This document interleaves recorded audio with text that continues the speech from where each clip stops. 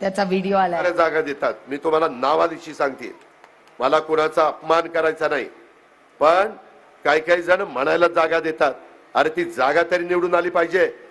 मध्ये विधान परिषदेमध्ये माझ्या अल्पसंख्याक समाजाचा एकही आमदार नव्हता.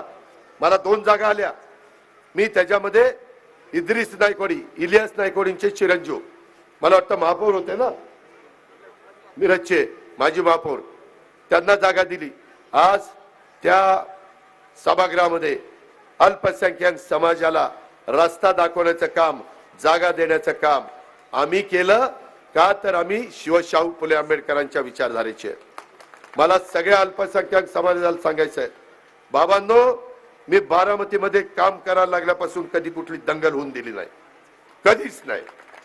मी सगळ्यांना बरोबर घेऊन चाललेलो आहे आणि पुढेही मला तेच करायचं आहे. त्याबद्दल तुम्ही बिनकाळजी राहा. काही जण मी इकडं काम करतो म्हणून त्यानं तिकडं, त्यालाही राहिलेल्या आजच्या उद्याच्या परवाच्या दिवसात समजून सांगा. खूप काही वेगळ्या पद्धतीने चाललंय. काही जण एकदम अचानक आलेत आणि ह्या पद्धतीनं वातावरण खराब करण्याचा प्रयत्न करतायत.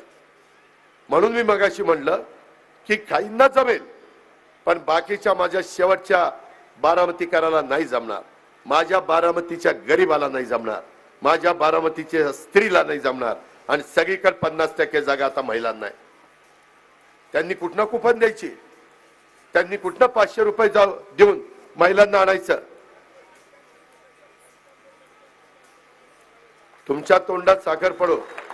मी आपला अत्यंत ऋणी आहे, आभारी आहे. धन्यवाद. त्या खूप खूप आभारी आहे वकील. यामध्ये मी होय बाबा, त्यांना 2-3% नको आहे. असं केलं तर डिपॉझिट जायचं रे. मित्रांनो, मी तुम्हाला पुन्हा सांगतो, गाफील राहू नका. इथं सगळी जनता आली. माझ्या वॉर्ड मध्ये जे बूथ, माझ्या शहरात जे वॉर्ड आहेत त्या बूथ, माझ्या नगरपंचायत मायगावचे पोत, मला काही गावांच्या बद्दल थोडं वेगळं ऐकायला मिळतंय. तिथेही गावागावात गटतट आहे. गटतट बाजूला ठेवा. मी कधी कुठल्या गटातटाचा पुरस्कार केलेला नाही. आणि मागे त्या अरे थांब ना, एकच वादा, जरा थांब, जरा तुझा जोर राहू दे. आपल्याला 20 तारखेला 6 वाजेपर्यंत टिकवायचं आहे. त्यामध्ये मला तुम्हाला सगळ्यांना सांगायचं आहे की आपण त्या बाबतीमध्ये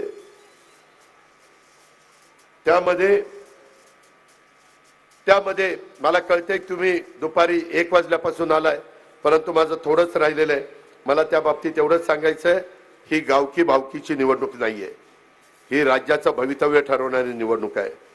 तुमच्यामुळं अजित पवार, आज महाराष्ट्रातले जे 10 नेत्यांची नावं घेतली जातात त्याच्यात तुमच्या अजित पवारचं नाव घेतलं जातं. तिथपर्यंत पोचायला काही वर्ष कष्ट करावे लागतात, मेहनत घ्यावी लागते, काम करावं लागतं, लोकांच्या मध्ये मिसळावं लागतं, जनतेला विश्वास द्यावा लागतो.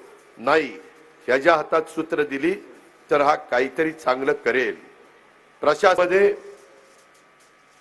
त्यामध्ये मला कळतंय की तुम्ही दुपारी 1 वाजल्यापासून आलाय, परंतु माझं थोडंच राहिलेलं आहे. मला त्या बाबतीत एवढंच सांगायचं आहे, ही गावकी भावकीची निवडणूक नाहीये, ही राज्याचं भवितव्य ठरवणारी निवडणूक आहे. तुमच्यामुळं अजित पवार, आज महाराष्ट्रातले जे 10 नेत्यांची नावं घेतली जातात